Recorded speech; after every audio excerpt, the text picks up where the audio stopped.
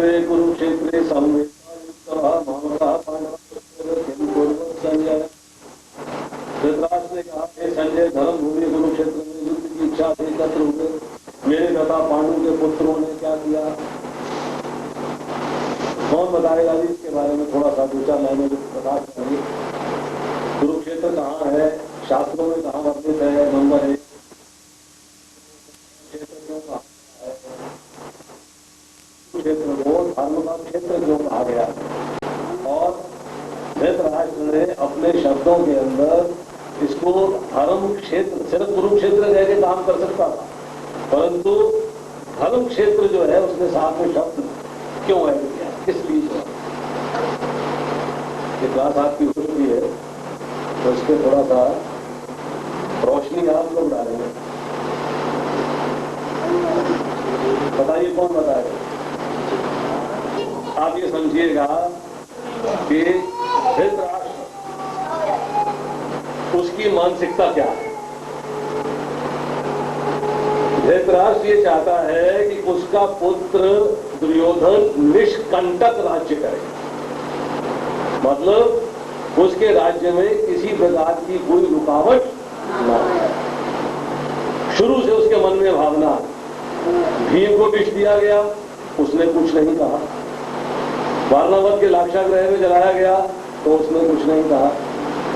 छल से जुआ खेला गया, छल किया गया तो भी उसने कुछ नहीं कहा।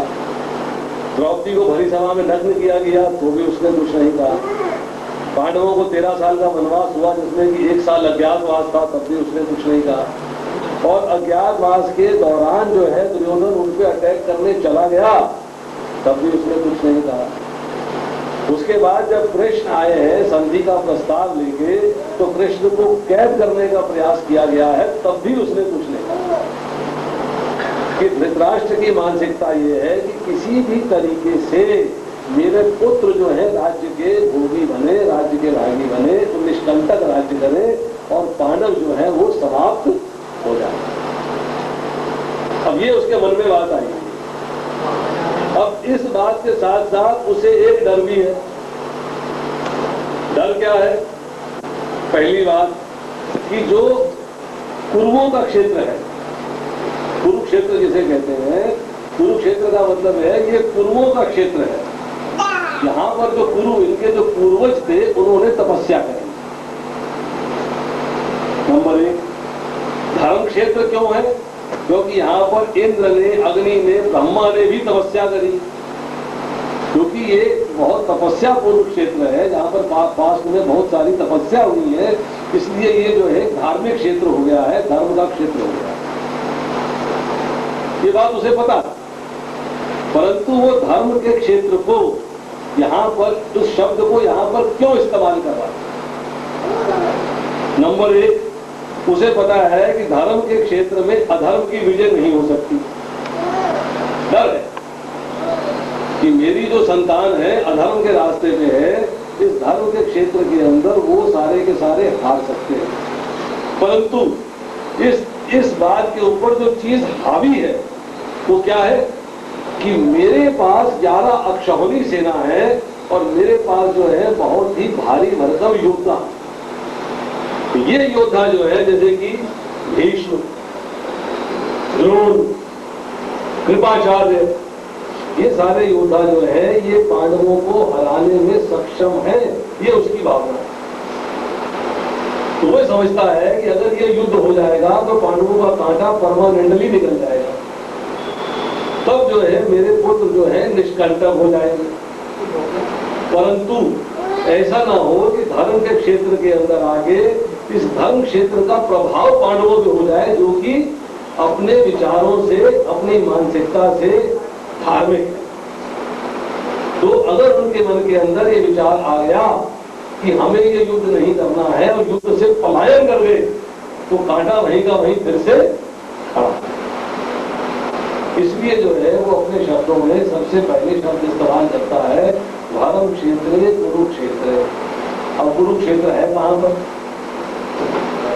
आज की भाषा में हम कहते हैं कि दिल्ली से 175 किलोमीटर दूर है, परंतु शास्त्र के अंदर क्या उल्लेख है कुरुक्षेत्र का? शास्त्र क्या कहता है? महाभारत के वन पर्व के अंदर उल्लेख मिलता है 83वें अध्याय के अंदर कि जो सरस्वती नदी है उसका दक्षिण भाग और दृष्टवती नदी के उत्तर भाग के बीच का जो एरिया है वो कुरुक्षेत्र कहलाता है। और कितना है ये? 5 योजन लंबा और 5 योजन चौड़ा। 1 योजन में 2 कोस होते हैं और एक कोस में 4 मील होते हैं। तो कितना हो गया? 40 मील लंबा और 40 मील चौड़ा। अब यहां पर सवाल आता है कि इसके अंदर 11 और 7 18 अक्षौहिणी सेना जमा। एक अक्षौहिणी कितनी होती है? एक अक्षौहिणी जो है वो सेना जो है कितनी होती है? अक्षौहिणी में कितने लोग होते हैं? तो हो चुका है अभी इससे लेकर तक लोग कर रहा है। मैं तो रिवीजन कर रहा हूं, ऐसा ना हो रिवीजन में लेक्चर हो जाए क्या नहीं पूरी फिल्म चल जाए, ये नहीं चाहिए। एक अक्षौहिणी के अंदर 21,870 रथ होते हैं, 21,870 हाथी होते हैं, 65,610 घोड़े होते हैं और 1,09,350 पैदल सैनिक। अब आप अंदाज लगाओ कि यहां से हाईवे जो है जा रहा है हीरो होंडा चौक से लेके मान लीजिए धौलापुर, और इसके ऊपर आपने जो है 21,870 रथ इकट्ठे कर दिए, 21,870 हाथी इकट्ठे कर दिए और 65,610 घोड़े इकट्ठे कर दिए और इनको गुना किया 18 से। तो सड़क पर खड़े होने की जगह बचेगी कि आएंगे ही नहीं पूरे? तो पूरे ही नहीं आएंगे क्योंकि 10 मील के अंदर नहीं हो सकता। ये 5 योजन चौड़ा और 5 योजन लंबा का 40 मील चौड़ा और 40 मील लंबा जो है वो क्षेत्र है। दुर्योधन के पास 11 अक्षौहिणी सेना। प्रश्न ये आता है कि दुर्योधन के बारे में चूंकि लोग जानते थे कि अधर्मी है तो उसके पास सेना ज्यादा क्यों है और पांडवों के पास कम क्यों है? रीजन बताइए।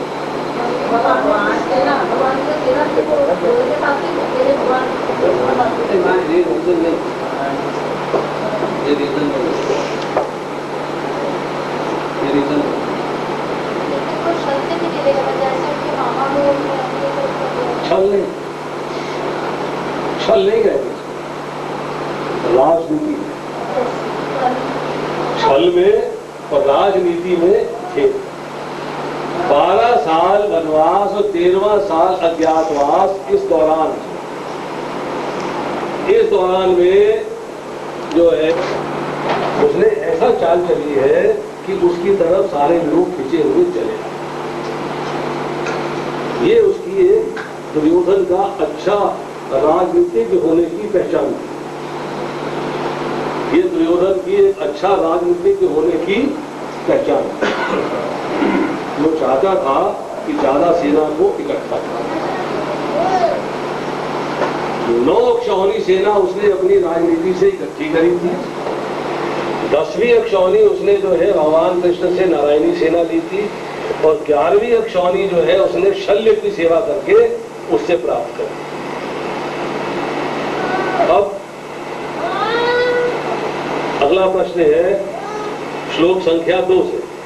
संजय ने कहा, हे राजन, पांडु पुत्रों द्वारा सेना की व्यूह रचना देखकर राजा दुर्योधन अपने गुरु के पास गया और उसने ये शब्द कहे। क्या शब्द कहे? हे आचार्य, पांडु पुत्रों की विशाल सेना को देखे जिसे आपके बुद्धिमान शिष्य द्रुपद के पुत्र ने इतने कौशल से व्यवस्थित किया। कौरवों का सेनापति कौन है और पांडवों का सेनापति? कौरवों का सेनापति कौन है? और पांडवों के सेनापति कौन है?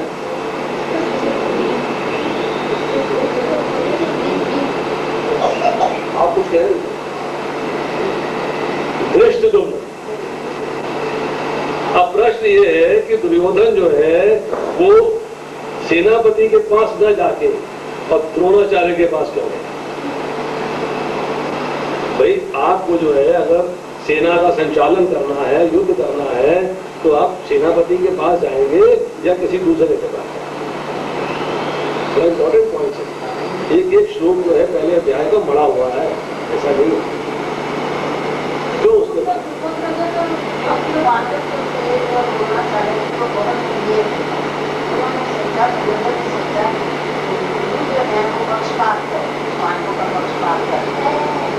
ठीक। और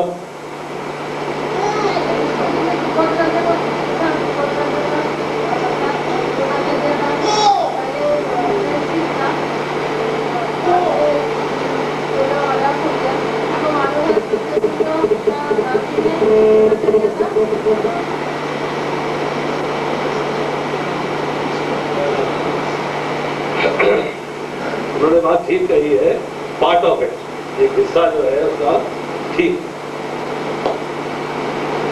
देखिए दुर्योधन के बारे में एक बात तो मैंने अभी बताई कि राजनीतिज्ञ था, वीर भी था।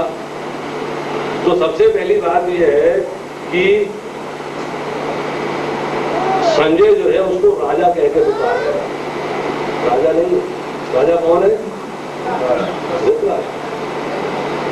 राजा है धृतराष्ट्र, परंतु संजय उसको जो है राजा कह के पुकार रहे हैं। एक तो स्वाभाविक आदर दिया कि जो संत होते हैं, जो इलाइटेड पर्सन हैं, वो किसी के प्रति दुर्व्यवहार नहीं करें, तो उन्होंने उसको आदर दिया। नंबर 2, उन्होंने वहां पर इसलिए इस्तेमाल किया कि इसके प्रति राजा शब्द सुन के धृतराष्ट्र खुश हो गया। सेवक है ना, तो स्वामी की प्रसन्नता भी उसका कार्य है, तो कहते हैं वो प्रसन्न हो। अब द्रोणाचार्य के पास क्यों गया?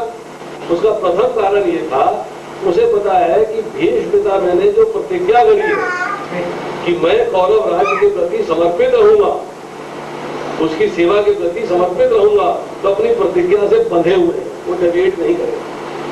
परंतु द्रोणाचार्य ने कोई प्रतिज्ञा नहीं करी, उसने कोई प्रतिज्ञा नहीं करी।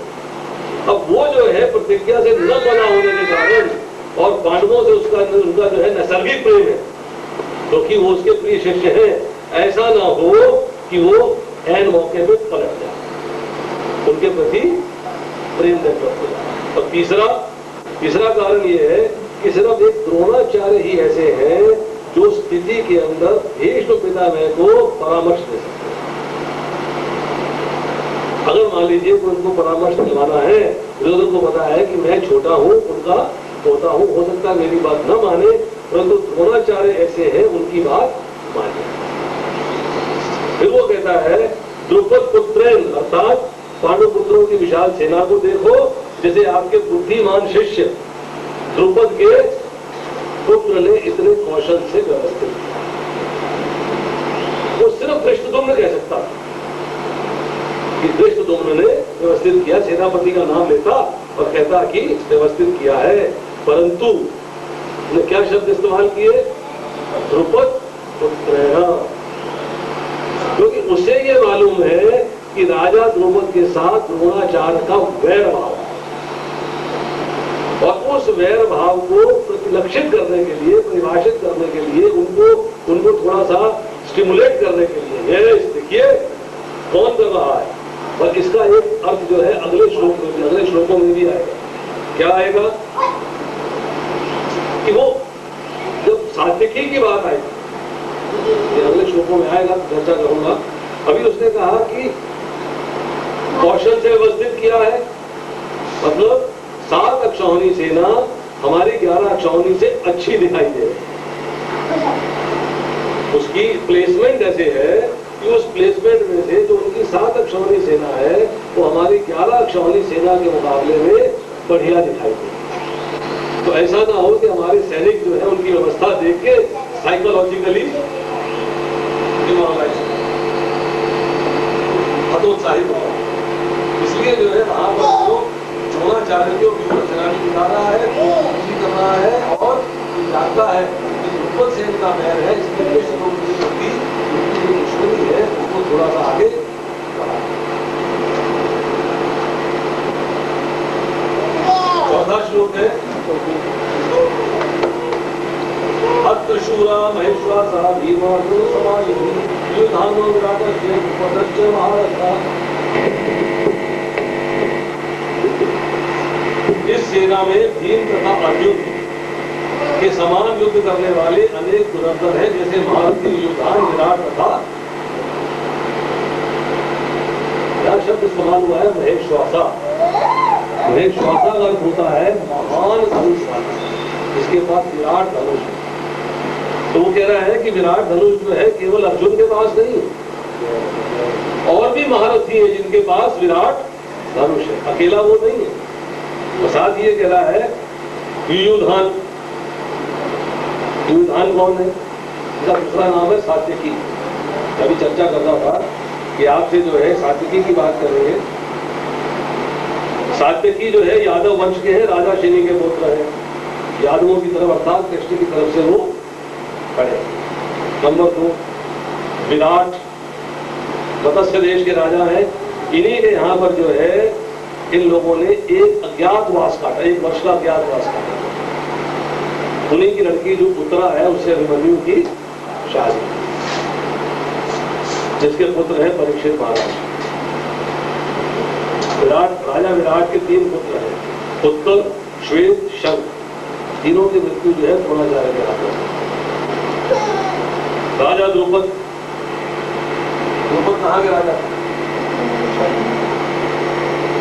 राजा द्रुपद जो है कहाँ के राजा?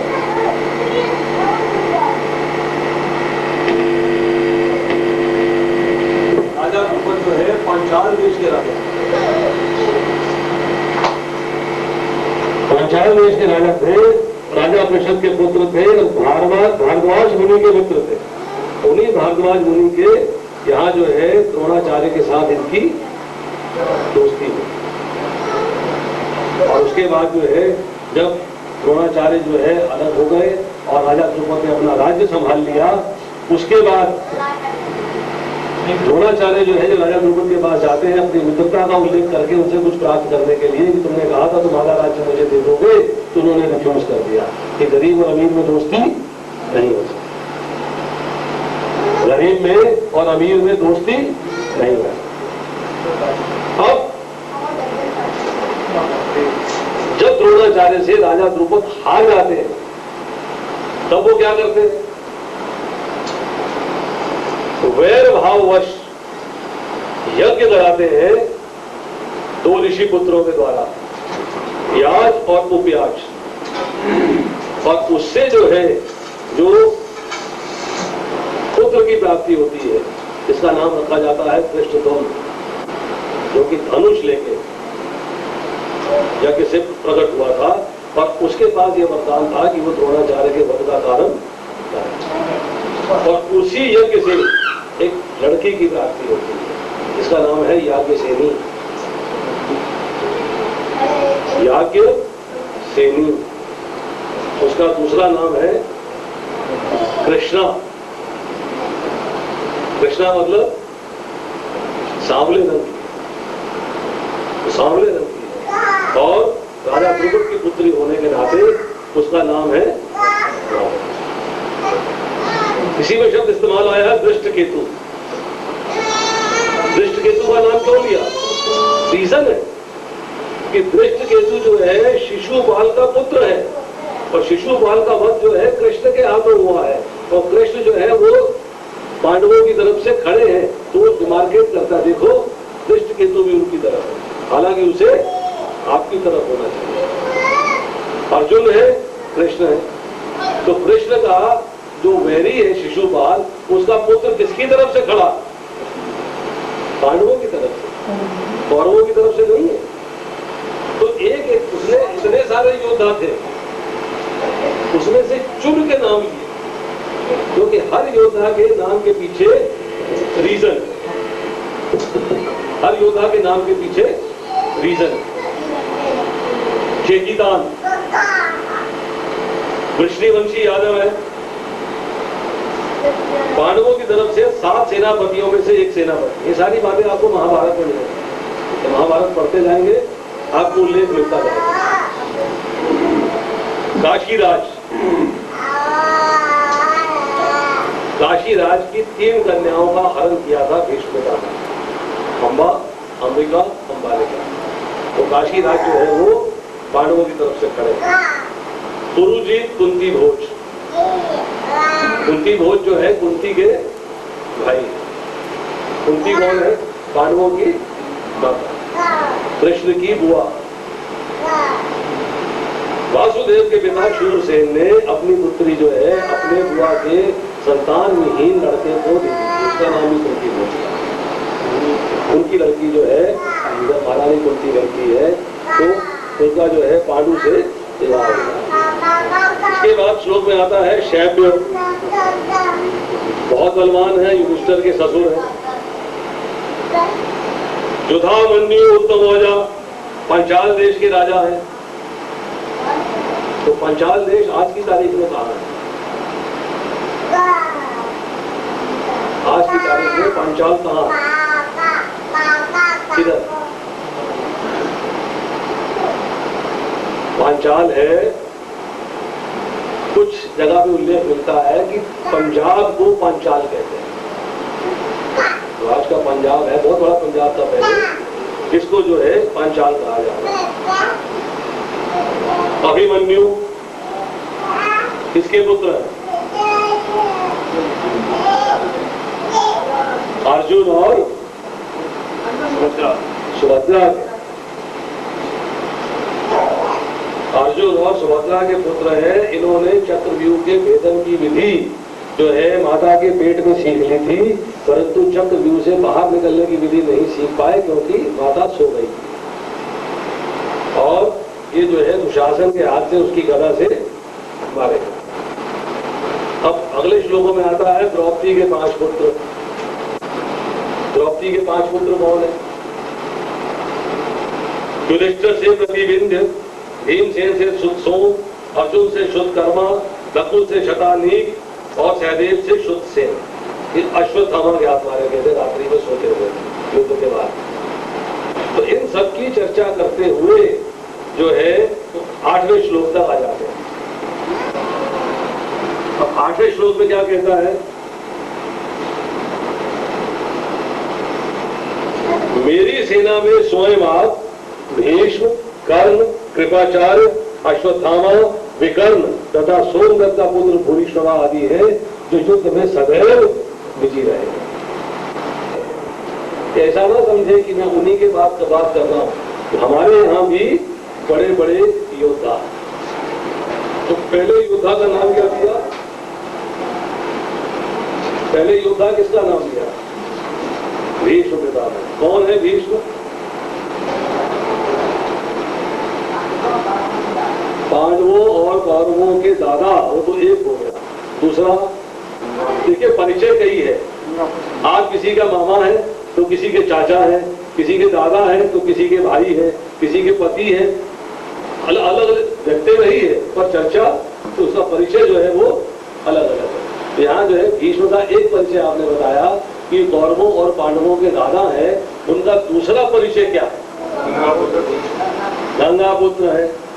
गंगा के साथ किसका विवाह हुआ था?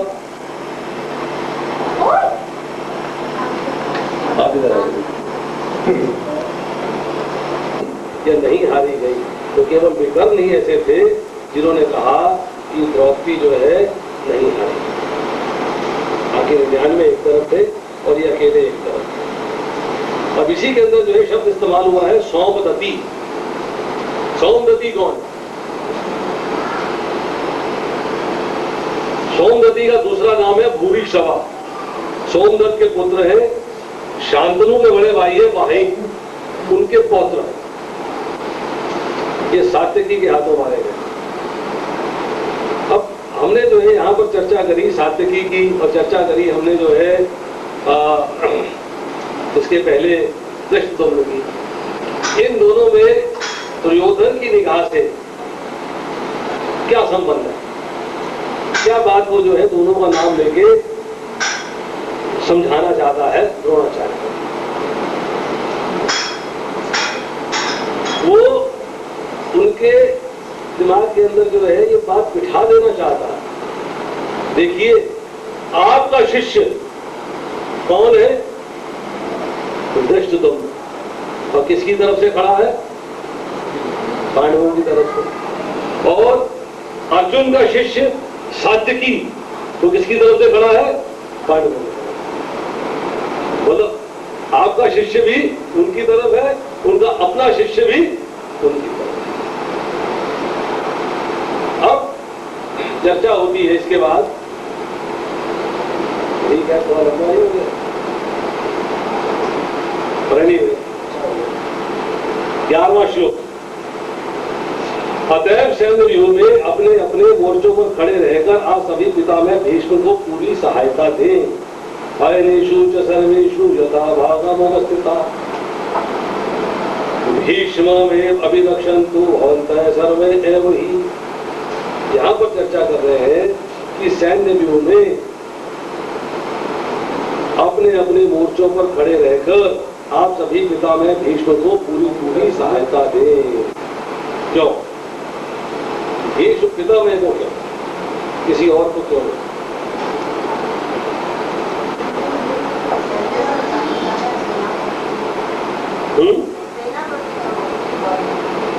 सेनापति को हेल्प चाहिए क्या? सेनापति तो सारे तो हैं, तो कहने की क्या जरूरत है? क्योंकि उन्होंने पहले प्रशंसा की है जो पांडवों की सेना में। तो रीजन है सहायता देने का। यहाँ पर अर्थ यह है कि टेक केयर ऑफ हिम। क्यों? कोई ऐसा कारण न बने कि पांडव इनके सामने शिखंडी को खड़ा कर। You have to be careful, क्योंकि सेनापति के सामने जैसे ही शिखंडी आएगा तो ये युद्ध लड़ना बंद कर। यहाँ पे केयर देने का मतलब क्या है कि आपने किसी भी तरीके से इनके सामने शिखंडी को नहीं आने देना। This is the care. बिल्कुल मालूम था, मालूम था, तो छुपी हुई बात नहीं है। ये उसको ज्ञान है कि अगर शिखंडी सामने आ जाएगा तो भीष्म जो है, असल में क्या है कि जब पूरी भगवत गीता हो जाती है, भगवत गीता का जो संदेश चल रहा है, कि जब हो जाता है तो अगर ध्यान पूर्वक पढ़ेंगे सारे के अंदर बहुत सारी ऐसी बातें हैं जो हमारी बुद्धि में नहीं समाती, आपकी बुद्धि में नहीं समाई, बहुत सारी बातें नहीं आती। परंतु 45 मिनट में तो पूरी भगवत गीता पढ़ दी, भगवान ने बोल दी। 700 श्लोक आप नहीं पढ़ सकते 45 मिनट में। आपको पढ़ने के लिए टाइम चाहिए, भगवान को बोलने के लिए समय नहीं चाहिए। भगवान जब दृष्टि बात करते हैं तो प्रकृति विक्षुब्ध हो जाती है, रचना हो जाती है, संत ब्रह्मांडों की रचना हो रही है एक श्वास से। तो भगवान ने तो 45 मिनट के अंदर जो है पूरी भगवत गीता बोल दी। तो यहाँ पर जो है मुख्य बात यही आ रही है कि किसी भी तरीके से अगर जो है भीष्म के सामने शिखंडी को खड़ा कर दिया गया तो भीष्म जो है युद्ध करना बंद कर देंगे, वहीं पर बैठ जाएंगे, तो हारने के पूरे चांस। इसलिए वो कह रहा है कि किसी भी कीमत पे आपने इनको आगे खड़ा नहीं होने, शिखंडी को आगे खड़ा नहीं होने देना।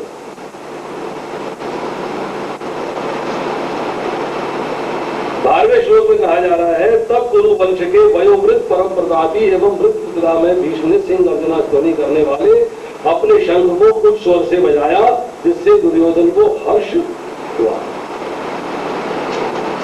अगले श्लोक में कहा जा रहा है, तत्पश्चात शंख नगाड़े बिगुल तुरही तथा सिंह एक साथ बज उठे। यह संवेद स्वर अत्यंत भयंकर था। युद्ध आरंभ हो गया क्या? नहीं, अभी आरंभ नहीं हुआ, अभी युद्ध आरंभ नहीं हुआ। परंतु शंख क्यों बजा? युद्ध आरंभ नहीं हुआ है पर शंख क्यों बजा? क्यों बजाए? अपने बल की प्रदर्शन के लिए बताया। अरे प्रभु जी, श्लोक के अंदर ही उसके अनुवाद में लिखा हुआ है, ध्यान से पढ़ो। जिससे दुर्योधन को हर्ष हुआ कि दुर्योधन जो समस्या लेके आया है, पहले उनकी सेनाओं की बात कर रहा है, फिर अपनी सेनाओं की बात कर रहा है, कंट्रास्ट पेश कर रहा है। उसके बाद इसका मतलब ये है कि दुर्योधन थोड़ा सा घबराया हुआ है। वरीड है, उसकी वरी को दूर करने के लिए जो है शंख ध्वनि जैसे हम कहते हैं ना कभी नो प्रॉब्लम जोर से बोल देते हैं, दर्द खुश हो जाएगा। हालांकि प्रॉब्लम तो है प्रॉब्लम तो है, परंतु फिर भी हम एक बार उसको थोड़ा सा साइकोलॉजिकली सेट करने के लिए जरा जोर से बोल देते हैं। इसी तरह जो है वहां पर भीष्म में जो है उन्होंने शंख ध्वनि और लोगों ने समझा कि युद्ध का आरंभ होने वाला है। तो उस वक्त क्या हुआ, शंख बजे, भेड़िया बजी, पल्लव बजे, आनंद बजे, गोमुख बजे और सारे शब्द बजे शुरू हुए। यहाँ पर चर्चा यही हो रही है इसके बाद कि शंख नगारे बिगुल तुरही सींग सहसा बज उठे, तत् शंखाश भयश पन्नवान कौमुखा। ये अलग अलग जो चीजें हैं ये क्या है, पालक क्या है, गोमुख क्या है, पल्लव क्या है, भेरी क्या है, शंख क्या है, ये 5 चीजों का शब्द 5 शब्द इस्तेमाल किए। ये 5 चीजें क्या है, क्या बोलते हैं? आनक किसे कहते हैं? आनक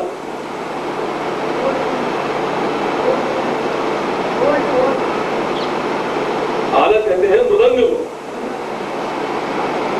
मृदंग है या पखावज, इसको आनक बोला जाता है। ढोल बोलते हैं पन्नव। ढोल जो है लोहे का या लकड़ी का बना होता है, बकरे के चमड़े से बना होता है, इसको बजाया जाता है। ये हाथ से बजाते हैं, लकड़ी के डंडे से बजाते हैं। भेरी, भेरी किसे कहते हैं? नौबत। अगर पड़ा होगा मुसलमानों के जमाने में नौबत खाना हुआ करता था, भेरी बजाता। ये जो है लोहे या भैंस के बने चमड़े से होते हैं, डंडे से बजाए जाते हैं। बड़े बड़े होते हैं ना जो बजाया जाता है, नौबत बजाया जाता है। बहुत बड़ा बड़ा ढोल की तरह होता है। और शंख आपको बताइए पूजा पाठ के लिए होता है, मांगलिक कार्य के लिए होता है, जब आरंभ करना होता है उसको। गोमुख, गोमुख किसे कहते हैं? गोमुख सांप की तरह होता है आकार में, किससे बनता है? इसका मुख जो है, फ्रंट जो है गाय के मुख की तरह होता है। और ये जब फूंकते हैं आप इसको तब इसको बनाते हैं, जिसको कि आप एक बार देखा होगा, वो जैसे चलता है लंबा सा, फिर आगे जाके यूं हो जाता है, सामने से चौड़ा होता है। बाजे वालों के पास नहीं होता। अगर आपने कभी हमारे इस्कॉन के अंदर एक प्रोग्राम हुआ था जिसमें कि उड़ीसा के जो चीफ मिनिस्टर थे पीछे, उनका एक ट्रुप था, इसे प्रोग्राम किया करते थे। हम उनको बुलाया करते थे जन्माष्टमी के फेस्टिवल के पहले। वो एक लंबा सा होता है इस तरह करके और आगे जाके चौड़ा हो जाता है, एस शेप में, सांप की तरह होता है, यूं करके चल जाता है। केवल आपने चंदा मामा में देखा होगा या इसमें कई पुरानी फोटो में देखा होगा, उसकी फ्रंट जो है पतली होती है, ऐसे ऐसे चलते चलते फिर आगे जाके यूं होगा, फिर आगे जाके यूं हो जाएगा, एस शेप में, सांप की तरह। उसे जो है गोमुख कहा जाता है। अब 14वें श्लोक में कहा जा रहा है, दूसरी ओर से श्वेत घोड़ों से खींचे जाने वाले विशाल रथ पर आसीन कृष्ण तथा अर्जुन ने अपने अपने दिव्य शंख बजाए। अब यहां प्रश्न ये आता है कि घोड़े कह देते, सफेद क्यों कहा? चलो सफेद घोड़े भी थे तो ठीक है, घोड़े कहा जा सकता था, उसको श्वेत घोड़ा क्यों कहा? नंबर 1। और विशाल रथ, तो रथ कैसा है जो विशाल है? उसकी क्या विशालता है, क्या ब्यूटी है उस रथ की, क्या खासियत है उस रथ के अंदर? चलो और एक बात हो गई, हनुमान जी उस पर विराजमान, तो उसको सफेद घोड़े के क्या इंपॉर्टेंस है?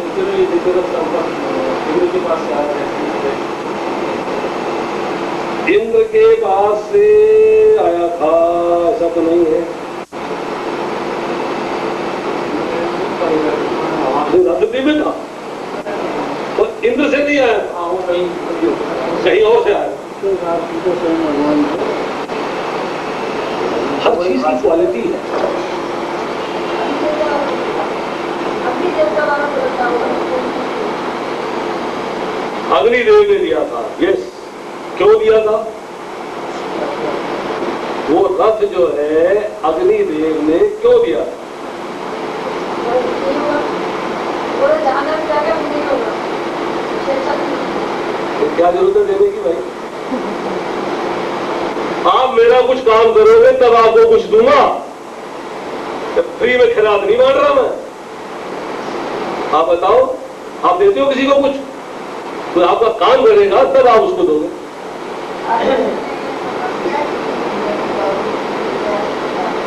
नहीं,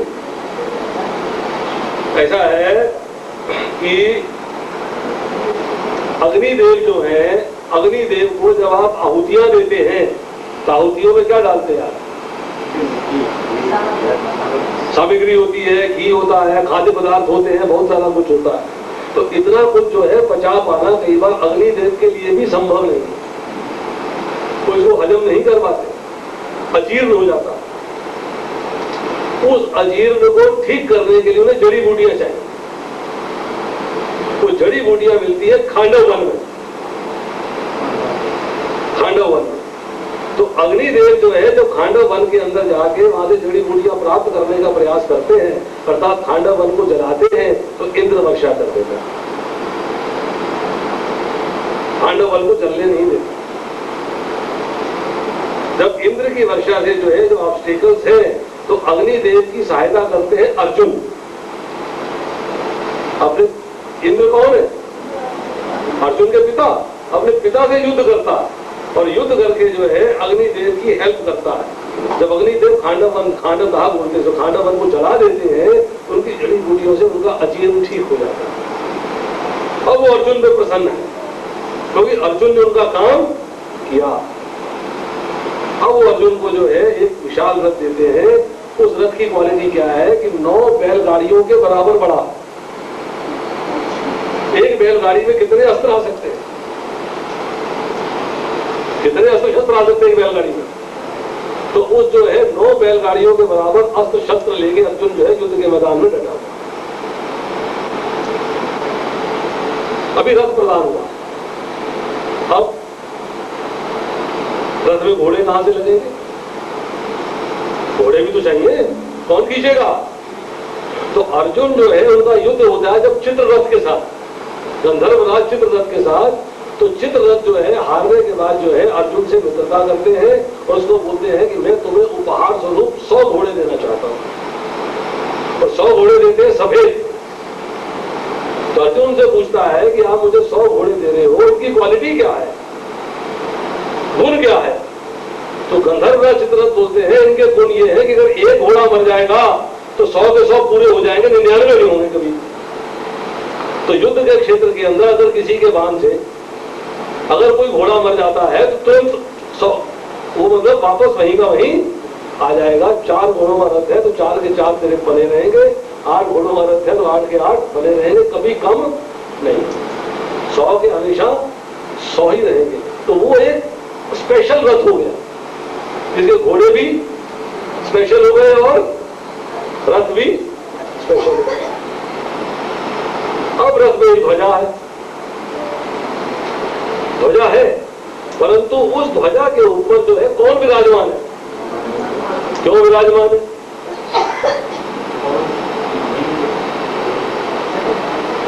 भीम के भाई होने से विराजमान होने का कारण बन गया क्या?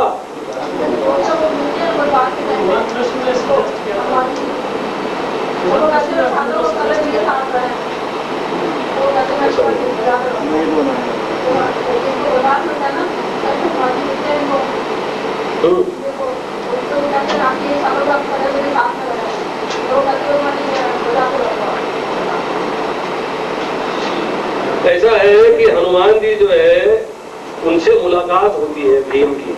कैसे होती है कि वायु जो है एक दिव्य 1000 पत्तों वाला कमल, जिसको शेषदल कमल बोलते हैं, वो जो है द्रौपदी के आगे गिरा देता है। अब द्रौपदी जो है चाहती है कि ऐसा कमल मुझे और मिले, तो वो जो है अपने पति भीम से प्रार्थना करती है, रिक्वेस्ट करती है कि मेरे को ये सहस्त्र दल कमल और चाहिए। तो पता करते हैं कहाँ मिलेंगे, तो पता लगा ये कदली वन में मिलेंगे। तो कदली वन में जो है जब वो जा रहे होते हैं तो देखते हैं कि बूढ़ा बालक जो है लेटा हुआ है। तो भीम उससे रिक्वेस्ट करते हैं कि तुम भाई हटो, मुझे आगे जाना है और मुझे कदली वन से जाके सहस्त्र दल कमल लेके आना। तो बूढ़ा बालक उससे कहता है मैं तो बहुत बूढ़ा हो गया हूँ, तुम ऐसा करो मेरी पूछ पकड़ो, मुझे साइड में कर दो और निकल जाओ, ताप पे तो तुम जा नहीं पा रहे हो। तो उसने जो है बहुत कोशिश करी परंतु उनको नहीं हिला पाया। तो भीम ने कहा कि मैं पवन पुत्र हूँ, मेरे लिए 10,000 हाथियों का बल है, परंतु मैं आपकी पूंछ को नहीं हिला पा रहा हूँ, तो आप मुझसे भी ज्यादा बलवान है, आप है कौन, अपना परिचय दीजिए। तब उन्होंने कहा कि मैं तुम्हारा बड़ा भाई हूँ, क्योंकि मैं भी पवन पुत्र हूँ, दोनों पवन पुत्र। जब ये चर्चा होती है तो जो भीम से प्रसन्न होकर जो है हनुमान जी उसको आशीर्वाद देते हैं और उसको वचन देते हैं, कहते हैं कि मैं तुम्हारे रथ की ध्वजा पर विराजमान रहूंगा और सिंहनाद करूंगा। सिंहनाद का मतलब है जैसे शेर आवाज निकालता है, इतनी जोर की आवाज निकालूंगा जिससे कि तुम्हारे विरोधियों के हृदय विदीर्ण हो जाए, फट जाए।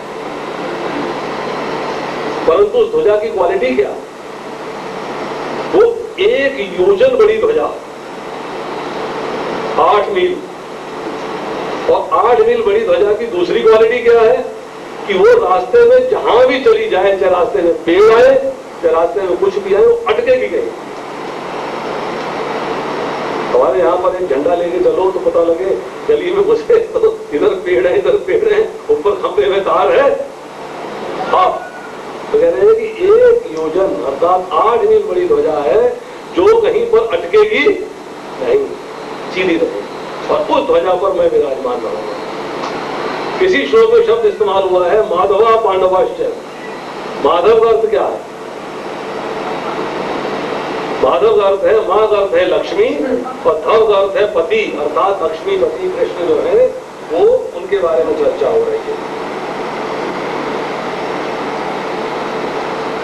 अब प्रश्न ये आता है कि उनकी तरफ से शंख बजाया है भीष्म ने, सेनापति है, पांडवों की तरफ सेनापति है धृष्टद्युम्न, और शंख तो नहीं बजाया उसने। शंख किसने बजाया, कृष्ण ने। क्यों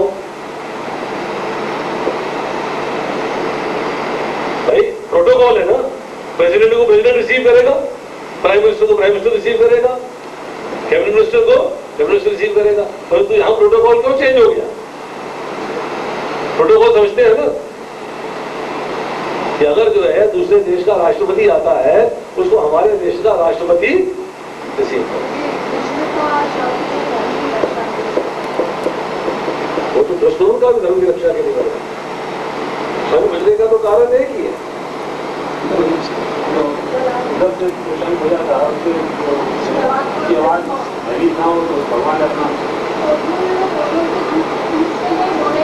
सिंपल, वेरी सिंपल। अरे भाई, अगर आपको शंख बजाना है, आप सेनापति हो, प्रेसिडेंट आ जाएगा तो कौन बजाएगा, प्रेसिडेंट। इज इम्पावर्ड, सबसे बड़ा वही है। कृष्ण है तो मुख्य कौन है, कृष्ण है। सेंटर ऑफ एक्टिविटी कौन है, कृष्ण है। केंद्र में कौन है, कृष्ण है। तो शंख वही बजाएगा और कोई नहीं बजाएगा। ये जो है एक प्रोटोकॉल से बात हट जाती है। कई बार जो है प्रोटोकॉल से हटना भी पड़ता।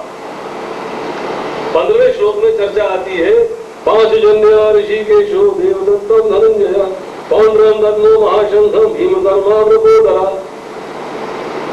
5 जन्य, एक शंख रूपधारी राक्षस था पंचजन, जिसका कि भगवान ने वध किया था, तो वो शंख जो है भगवान को प्राप्त किया, इसलिए जो है वो 5 जन्य कहलाता। अर्जुन का शंख है देवदत्तम, वो इंद्र ने अर्जुन को दिया। जब इंद्र के साथ युद्ध हो रहा था तो जो निमातक चवादी थे उनको जब फाइट किया गया तो अर्जुन से प्रसन्न होकर इंद्र ने जो है उनको एक शंख दिलाया। अर्जुन का नाम धनंजय है। क्यों है धनंजय, कि राजसूय यज्ञ के समय उन्होंने राजाओं को जीतकर धन इकट्ठा किया था। वृकोदर किसके लिए शब्द इस्तेमाल हुआ है? भीम के लिए। क्यों?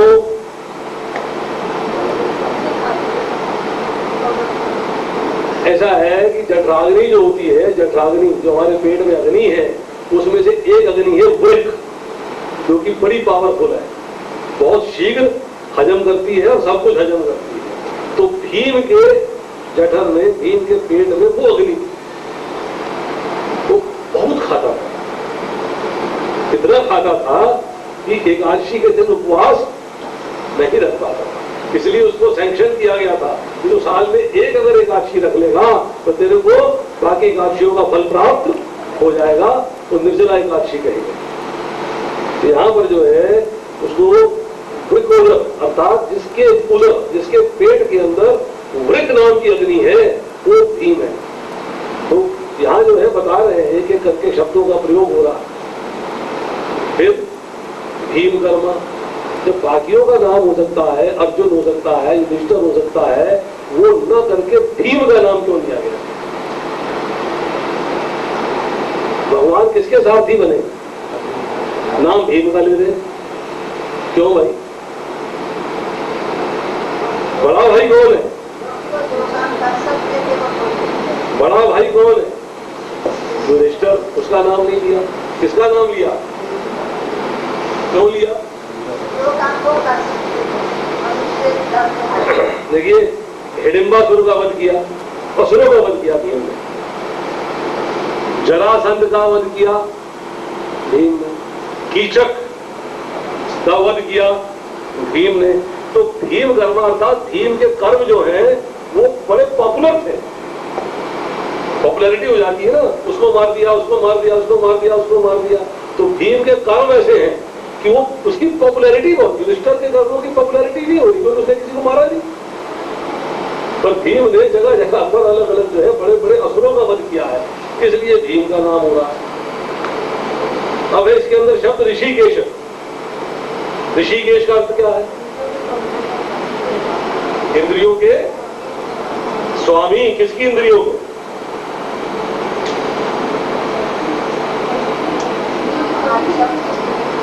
आप सबकी इंद्रियों के, अपनी इंद्रियों के नहीं। तो दिव्य इंद्रियां हैं उनकी, उसके स्वामी तो है ही है, परंतु आप सबकी इंद्रियों के भी स्वामी है। हर्ष शब्द से आया है ऋषि, सुखमय ऐश्वर्य से आया है ईश, और सुख से आया है का, और ऋषि इंद्रियों का ईश स्वामी। इसलिए जो है उनको इंद्रियों का स्वामी कहा जाता है। परंतु आपकी इंद्रियों का स्वामी होने से क्या फायदा होने वाला है? तो भगवान का नाम बदल जाएगा, तो एक और नाम आ जाएगा। क्या नाम आ जाएगा? सोच के बताइए। आपकी आंख क्या देख रही है? भगवान को पता है। आपके कान क्या सुन रहे हैं? भगवान को मालूम है। आपकी जीवा क्या रस लेना चाहती है, क्या रस ले रही है? भगवान को पता है। आपकी त्वचा क्या स्पर्श कर रही है? भगवान को पता है। अर्थात आपकी इंद्रियों के स्वामी है। इंद्रियों के ऊपर मन है, मन के स्वामी है।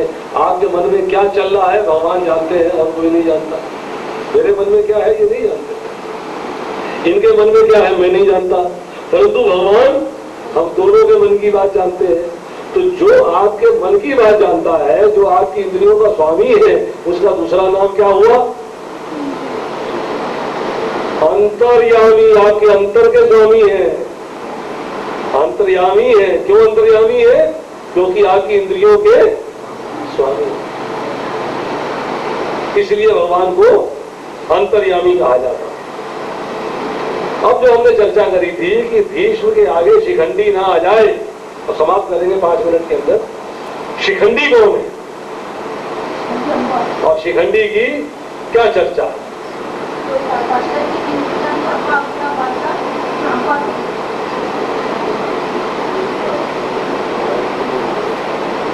तो 16, 17, 18वें श्लोक के अंदर जो है चर्चा हुई है कि हे राजन, कुंती पुत्र राधा युष्टर ने अपने अनंत विजय नामक शंख बजाया, रघु सहदेव ने सुघोष तथा मणि पुष्पक शंख बजाए, महान धनुर्धर काशीराज, परम योद्धा शिखंडी, धृष्टद्युम्न विराट, अजय सात्यकी, द्रुपद द्रौपदी के पुत्र और सुभद्रा के महाभव पुत्र आदि सबों ने अपने अपने शंख बजाए।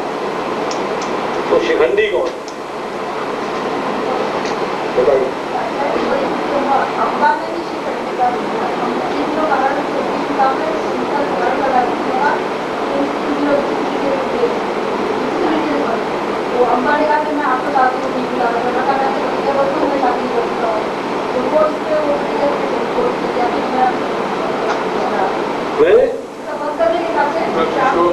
प्रतिशोध लूंगी।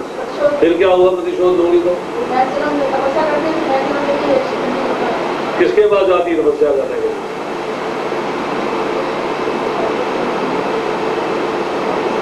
यही तो गड़बड़ है। 100 में से 25 नंबर।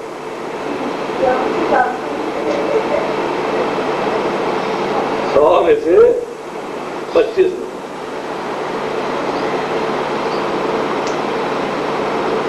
काशीराज नरेश, देखिए,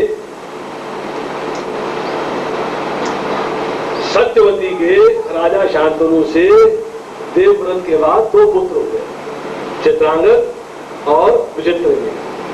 चित्रांगद का मृत्यु हो गई चित्रांगद नाम से एक गंधर्व से युद्ध करते हुए, और विचित्रवीर्य जो है वो भोग विलास में इतना रत था कि वो जो है किसी कन्या का स्वयंवर में जीत नहीं सकता। तो सत्यवती ने कहा कि मेरा वंश आगे कैसे चलेगा? तो राजा भीष्म कहते हैं कि मैं तो आपके लिए कन्याएं ला सकता हूं। तो काशी राज के यहाँ स्वयंवर हो रहा था, तो वहां पर जो है राजा भीष्म पहुंच गए। तो जितने राजा बैठे थे सबने राजा भीष्म का मजाक उड़ाया, ये देखो बूढ़ा शादी करने चला आया, सफेद बाल सफेद दाढ़ी और स्वयंवर में चला आया। राजा भीष्म ने कहा मैं शादी अपने लिए नहीं लाया हूँ, अपने भाई के लिए ले जा रहा हूँ, और तीनों कन्याएं हर के ले जा रहा हूँ, किसी में शक्ति हो तो मुझसे युद्ध करे और इनको छुड़ा ले। तो बड़ी हाई तौबा हुई, युद्ध हुआ। एनीवे राजा भीष्म जो है तीनों को लेके आ, अम्बा, अंबिका, अंबालिका, और अपनी माता को सौंपा कि 3 लड़कियां हैं, इनका राजा विचित्रवीर्य से शादी। तो अम्बा ने कहा है कि मैंने शाल्वदेश को भरा हुआ है, और ये बात तो मेरे पिता भी जानते हैं, अगर स्वयंवर होता तो मैं उन्हीं के गले में माला पहनाती, तो मैं मन से उनकी हो चुकी हूं। तो राजा भीष्म ने कहा मैं तुम्हें शाल्वदेश के पास भेज देता हूं, तो 2 कन्याओं से विवाह हो जाएगा। तो अंबिका अंबालिका से तो विवाह कर दिया गया, और अम्बा जो है उसको शाल्वदेश के पास भेज दिया। तो शाल्वदेश कौन सी जगह है? शाल, आज का अलवर, शास्त्र में उल्लेख मिलता है, जो आज का अलवर है वो शाल्वराज थे। तो शाल्वदेश ने कहा कि तुम हरी जा चुकी हो, तुमको जो है दूसरे व्यक्ति ने छू दिया है, तो मैं तुम्हारे साथ विवाह नहीं, तो उन्हीं के पास। फिर वो बाबत भीष्म के पास आई कि मुझे आपसे जो है विवाह करना है, क्योंकि शाल्वदेश ने मुझे रिजेक्ट कर दिया है, क्योंकि आप हर के लाए हो, इसलिए आपका कर्तव्य बनता है कि आप मुझसे शादी करो। तो राजा भीष्म ने कहा कि मैं जो है प्रतिज्ञा से बंधा हुआ हूं, मैं तुमसे विवाह नहीं कर सकता, मैं मजबूर हूं। देखो मैं कहां जाऊं? There was no answer. तब वो परशुराम जी के पास गए, ये आपके शिष्य हैं, इनको आप मेरे लिए बनाइए। तो परशुराम और भीष्म का युद्ध हुआ, जो कि निर्णित नहीं हो सका। तो परशुराम ने कहा राजा भीष्म को हराना संभव नहीं हो पाया है, मैं जो है तुम्हारी हेल्प नहीं कर सकता, तुम्हारा इलाज जो है सिर्फ शिव जी के पास। तो शिव जी के पास, तो वो जो है तो शिव जी के पास गई है। तो शिव जी ने कहा इस जो करंट सिनेरियो चल रहा है, इसके अंदर तुम्हारा उससे विवाह नहीं हो सकता है, तो मैं दूसरा जन्म लेके जो भी चाहो कर सकती हूँ। देखा मैं उनसे प्रतिशोध लेना चाहती हूँ, विवाह नहीं करना चाहती, अब मैं उनसे प्रतिशोध लेना चाहती हूँ। तो प्रतिशोध के लिए इस जन्म में तो मैं नहीं हरा पाऊंगा, परशुराम नहीं हरा पाए, तुम क्या कर पाओगी? तो तुम जो है तुमको अगला जन्म लेना पड़ेगा। उसने कहा मंजूर है। अब अगला जन्म, अब अगला जन्म क्या है? 1 मिनट में इसकी भी चर्चा हो जाए। द्रौपद ने शिवजी की आराधना करी है, आशुतोष शंकर प्रसन्न हुए हैं, तो उन्होंने जो है उसको वरदान में कन्या दे दी। द्रुपद ने कहा कि मुझे तो पुत्र चाहिए था, आपने कन्या दे दी। आशुतोष शंकर कहते हैं, भगवान शंकर कहते हैं कि यही कन्या जो है पुरुष बनेगा, क्योंकि तुमने मेरी विधि पूर्वक आराधना करी है। तुम्हारा जो है जो तुम्हारी इच्छा है उसको पूर्ण करना मेरा कर्तव्य है, परंतु तुमने जो है पुत्र की इच्छा करी, मैंने तुम्हें पुत्री दे दी है। अब मैं ऐसा जुगाड़ करता हूं कि पुत्री तुम्हारी पुत्र बन जाएगी। अब ये कैसे होगा? मुश्किल में आ गई बात। उन्होंने उसको पुत्र की तरह पाला। भगवान शंकर के वचनों में विश्वास था कि पुत्र बन जाएगा, तो पुत्र की तरह पाला। और राजा जो है हिरण्यवर्मा थे दशाल देश के, उससे शादी कर दी। अब उनकी जो पुत्री थी राजा हिरण्यवर्मा की, उससे शादी कर दी। अब वहां देखे कि दो लड़कियां, भैया लड़की की शादी लड़की से हो गई तो क्लेश हो गया। अब इस क्लेश का इलाज क्या है? इस क्लेश का इलाज क्या है? इलाज तो कुछ है नहीं। तो राजा हिरण्यवर्मा की लड़की जो है और घर छोड़ के पिता के यहाँ, पिता से सारी बात कही। पिता को क्रोध आया, उसने राजा द्रुपद पे चढ़ाई कर दी, युद्ध हो रहा। अब ये जो है द्रुपद जो है वो फिर शिव जी की आराधना में लग गया। भाई आपने प्रॉमिस किया था कि लड़का हो जाएगा, लड़का हुआ नहीं, यहां तो युद्ध हो गया, तो फंस गया आपके वचनों में विश्वास करके। इधर से जो है ये लड़की देखती है कि इसका नाम है शिखंडनी। ये लड़की देखती है कि मेरी वजह से युद्ध हो रहा, तो ये राजा द्रुपद का घर छोड़ के वन में चल गया।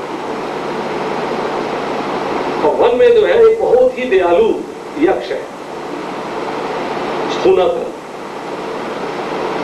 वो जो है उसको दया आती है, लड़की रो रही है बैठी हुई जंगल में अकेली, वो उससे पूछता है कि मुझे क्या प्रॉब्लम हुई है।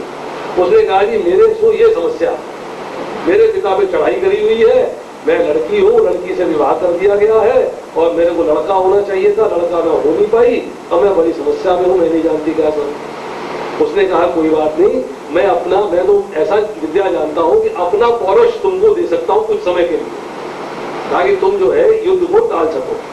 तो उन्होंने अपना जो है पुरुषत्व उसको दे दिया, बोला जब समय आएगा तो मुझको वापस कर देना। तो वापस आई, लड़का बन चुकी थी। हिरण्यवर्मा के यहाँ मैसेज भेजा कि लड़का है जी, उसकी पुत्री आ गई, लड़का था, मामला जम गया। परंतु जो स्थूलाकर्ण है, यक्ष जो है, उनके राजा है कुबेर। तो कुबेर एक बार जो है जब उसके राज्य में आते हैं और वहां आके देखते हैं कि स्थूलाकर्ण उनके सामने ही नहीं आ रहा। तो क्यों नहीं आ रहे? बोला अब स्त्री बन चुका हूं। क्यों बने?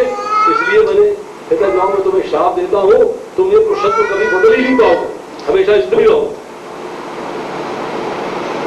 अब वो शिखंडनी जो है, जो शिखंडी बन चुका है, वो उनके पास वापस आता है कि देखिए मेरा काम हो गया है, युद्ध टल गया है, मेरी पत्नी को संतोष हो गया है कि मैं पुरुष हूँ, आप अपना पुरुषत्व वापस ले ले, मेरा अस्तित्व मुझे वापस कर दो। उसने कहा जी ये तो हो नहीं सकता, क्योंकि अब तो मैं श्राप ग्रसित हूँ, अब मैं सारा जीवन स्त्री ही रहूंगा और तुम सारा जीवन पुरुष ही रहोगे।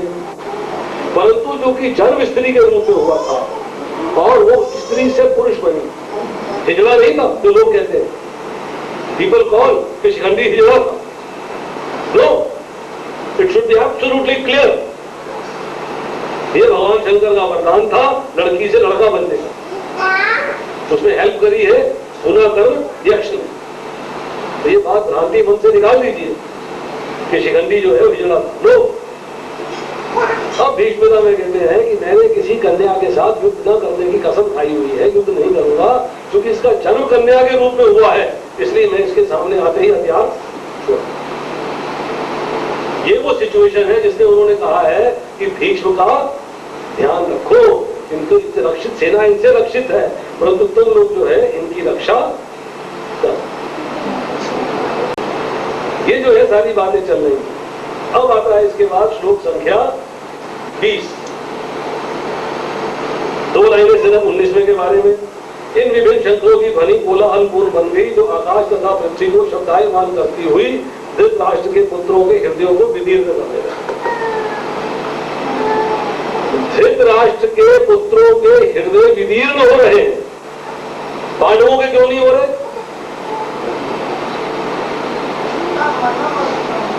पांडव भक्त है।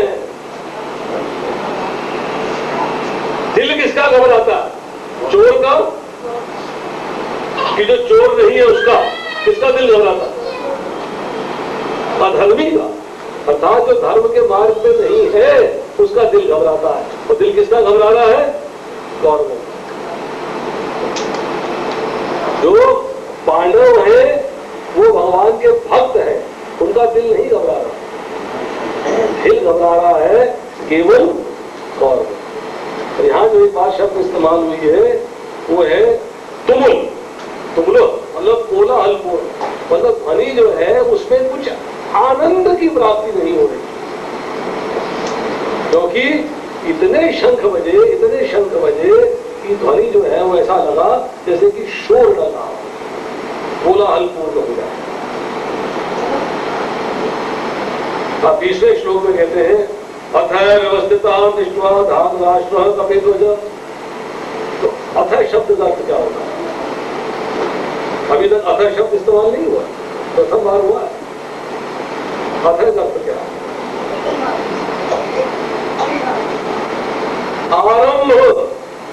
इसी के बाद तो जो है ग्राउंड बनता है, जब उसको शोक के लक्षण प्रकट होते हैं, दोनों सेनाओं के मध्य में चले जाते हैं।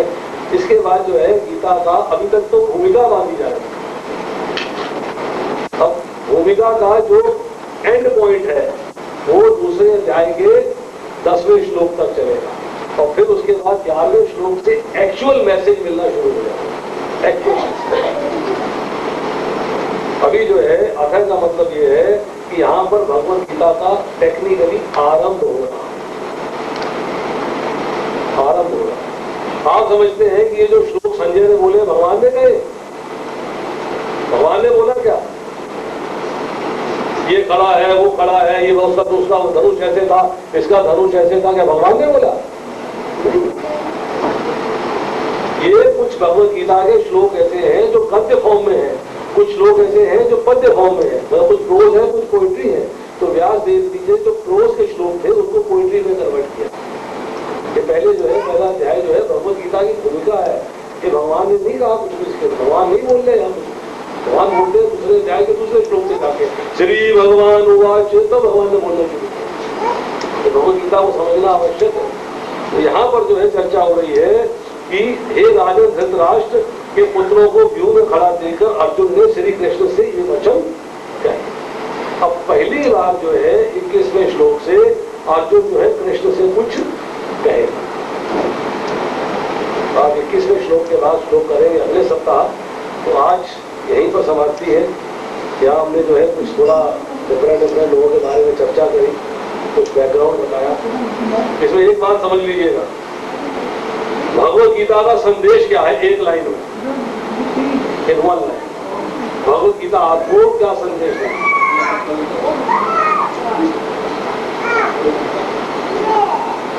एक लाइन।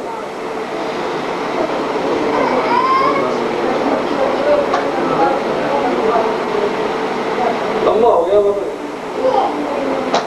थोड़ा लंबा हो गया, बहुत छोटा है। पहला शब्द क्या है? धर्म क्षेत्र। आखिरी शब्द क्या है? निकालिए। 18वें अध्याय का 78वां श्लोक, नीतिर्मति मम। धर्म मम, मेरा धर्म क्या है? अर्थात जीव का धर्म क्या है? भगवत गीता संदेश, पूरी भगवत गीता के अंदर यही मैसेज जो है उसको समराइज किया। हरे कृष्ण। किसी का प्रश्न? श्री प्रभुपाद की